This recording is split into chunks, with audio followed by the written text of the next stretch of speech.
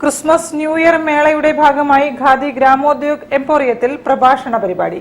ഖാദിയുടെ പ്രകൃതി ജീവന ചിന്തകൾ എന്ന വിഷയത്തിൽ ജേക്കബ് വടക്കഞ്ചേരിയാണ് പ്രഭാഷണം നടത്തിയത്.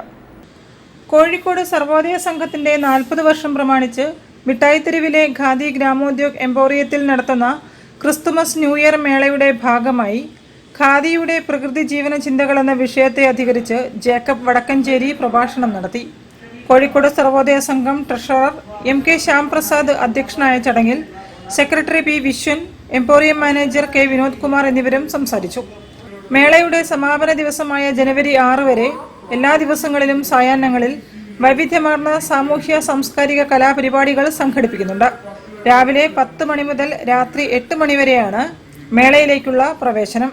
ഖാദിക്ക് 30% ഗവൺമെന്റ് റിബേറ്റും കരകൗശല വസ്തുക്കൾ, ഫർണിച്ചറുകൾ, ലെതർ ഉൽപ്പന്നങ്ങൾ എന്നിവയ്ക്ക് 10% കിഴിവും മേളയിലൂടെ ലഭിക്കും. ആകർഷകമായ സമ്മാന പദ്ധതിയും നടപ്പിലാക്കിയിട്ടുണ്ട്. ഓരോ 1000 രൂപയുടെ പർച്ചേസിനും ഒരു സമ്മാന കൂപ്പൺ വീതം ലഭിക്കും.